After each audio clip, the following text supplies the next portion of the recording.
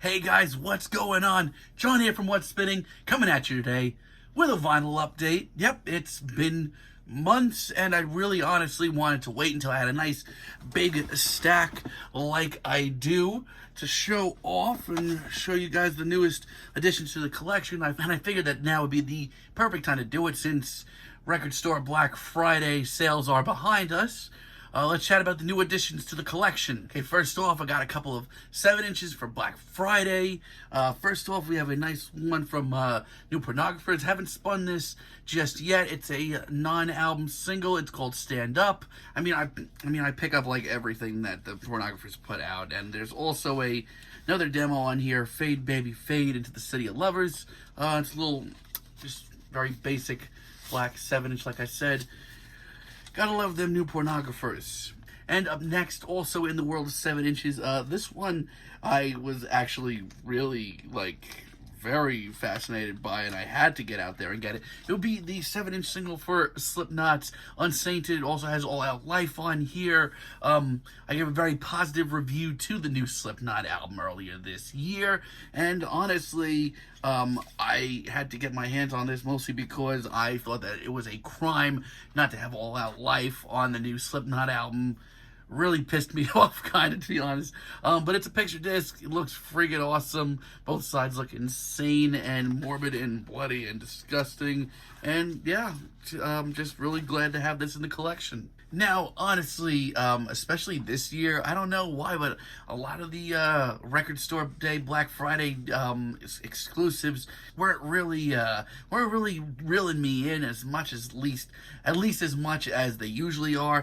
However, I did see this at the very last minute, and I was absolutely reeled in just because, they mean so much to me. It's this awesome The Doors Live at the Isle of Wight 1970 double LP set. I haven't listened to this yet. It's actually up next on my table to listen to, but it's pretty straightforward. It's a little black LP. It's The Doors Live in 1970, and this set list just sounds pretty freaking straightforward, but pretty perfect, to be honest. It's also the Doors at a really interesting time in their career. I cannot freaking wait to listen to this, and I'm really glad that I caught this before I went into my record store on Black Friday. Also, while I was there, I picked up another couple of albums as well. First off, the White Whale vinyls, up until recently.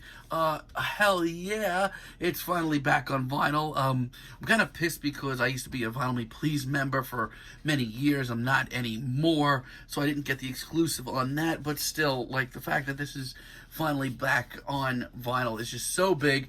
Love the inside artwork of just a radio in a car. It just really hits home the feels of this album. This is a classic early 2000s rock album between the singles and some of the deep cuts. And just in case you don't know it, Queens of the Stone Age are my all-time favorite band. This was the one vinyl that always kind of eluded me for obvious reasons, and yeah, it's back. And like I said, I didn't get the nice red Vinyl Me Please version. I just got the plain black version, but still, it's in the collection. That's big. Also, while I was there, just in case you don't know, I am a gigantic Grateful Dead fan. Have always been. Have many a vinyl of theirs in my collection, many live and many studio albums. However, for some reason, I've never gotten around to picking up this one. It's In the Dark. I don't think it's as bad as people say it is. Obviously, it's not as jammy. It's the Dead at a very weird time, the late in the career album. They're kind of in their later days, their more calm days, least experimental as well, but still, some great tracks on here. Hell in a Bucket, Throwing Stones is on here. There's a lot of really great tracks on here, and the price was right. I'm glad to have it in the collection. Moving on with some other recent purchases. I picked this up for I think it was $7. I couldn't help myself. It's Denzel Curry's Imperial. I've been listening to this album so much this year. I don't know why. I guess just hearing Taboo last year just really got me in a big Denzel mood. But Imperial, to me, is like a freaking modern masterpiece. I love so many tracks on here, especially ULT. Pretty straightforward black vinyl there. If you're into a seriously charismatic young dude like Denzel, just listen to this. This is a grimy, gritty dreary rap album that I can't get enough of this thing. Coming up next, another recent purchase. I actually bought this about a month or two ago when I was kind of getting hyped for his new album, even though I ended up not being into his new album, like, at all. Like, honestly, at the very last minute, I just decided not to review it because I had nothing to say about it. That'll be Sturgill Simpson's Meta Modern Sounds in Modern Country. For years, I was actually really very much into Sturgill Simpson. I also like his Sailor's Guide to Earth album as well. I mean, I think that he just brings a lot of really interesting songwriting to the country spectrum. And this album, like, I love the packaging on this thing. From front to back, it's freaking awesome. And I picked this up for like $5 somewhere. Once again, it's a pretty standard black vinyl, but man, this album rips. Like, if you're into some pretty progressive and forward-thinking modern country, check this out if you haven't already. Coming up next, got a couple of albums that made the top of my list last year that I finally got around to picking up. First off, It's Fucked Up, Dosha Dreams. I was kind of hesitant to pick this up for a while.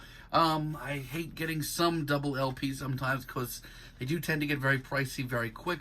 But I found that the price was right on this one. I picked it up and I, was a little disappointed. I wanted like a nice colored vinyl or something since it's such a cinematic and wild album. However, I didn't get that, but I did get this freaking awesome printout of just all the lyrics on this album done in this sort of newspaper styling.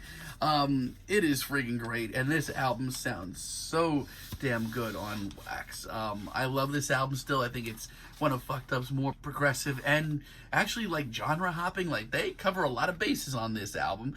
Definitely check this out. Also, top of my list last year, especially as far as metal albums go, it's the new Behemoth album, I Loved You at Your Darkest.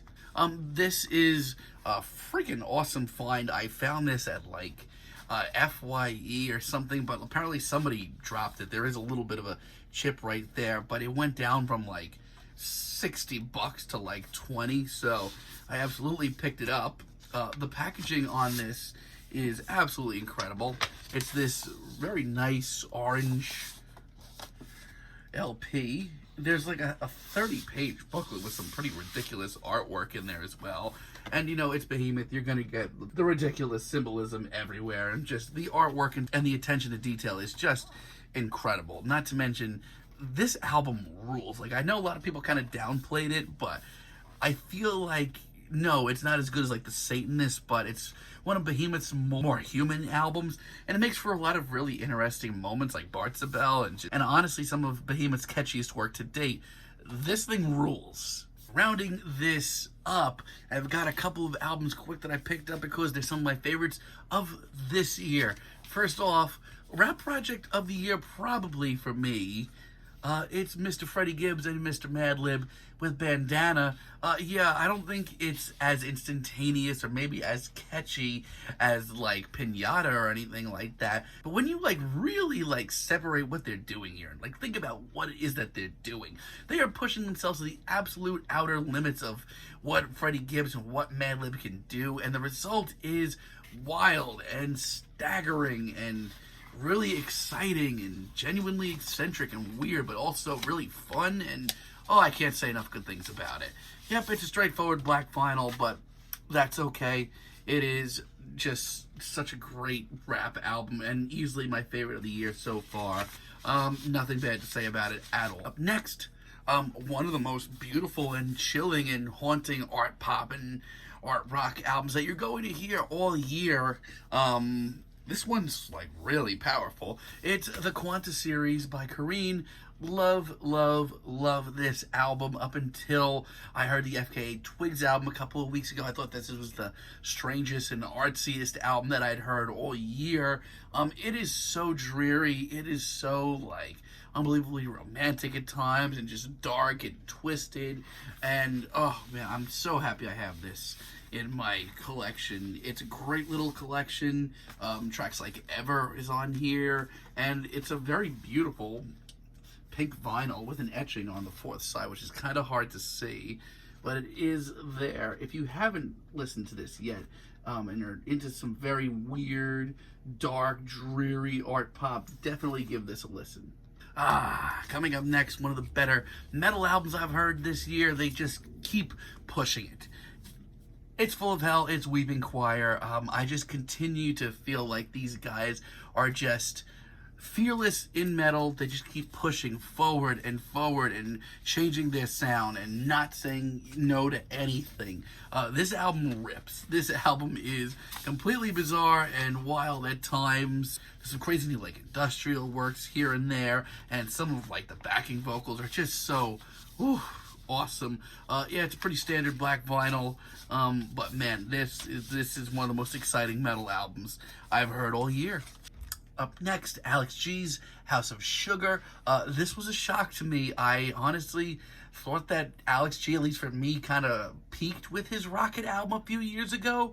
It's an album that I loved, but I didn't expect to love it, and I just kind of thought it was a one-hit wonder for me, at least. This album is friggin' beautiful. Some of the production is very hazy, really interesting, and definitely left field even for Alex, a guy who has literally made a career out of being some lo-fi outsider, and not to mention so much of it is seriously beautiful. Once again, I kind of feel bad. I keep saying this, it's that straightforward black wax. But yeah, you can't say no to it, and this album is just, I love actually the packaging is quite beautiful, and I didn't even realize this, but cool little throwback to the Rocket album. The Ram or whatever that is from the Rocket album is in the background of this album, which is fascinating. And finally, one of my favorite indie pop albums of the year. It's the new Jay Som, Anna Co. I love this album. I've been spinning it like nonstop. I've been listening to the album nonstop. One of the better pop albums of the year. Oh God, there's so many great deep cuts on here. Peace Out is, God, that track didn't need to go as hard as it did. And lo and behold, it is an absolutely stunning, beautiful red vinyl. If you haven't listened to this yet and you're a fan of Jay Som, it's much more adventurous than how she usually sounds. And that's what really attracted me to this, and that's why I love it as much as I do.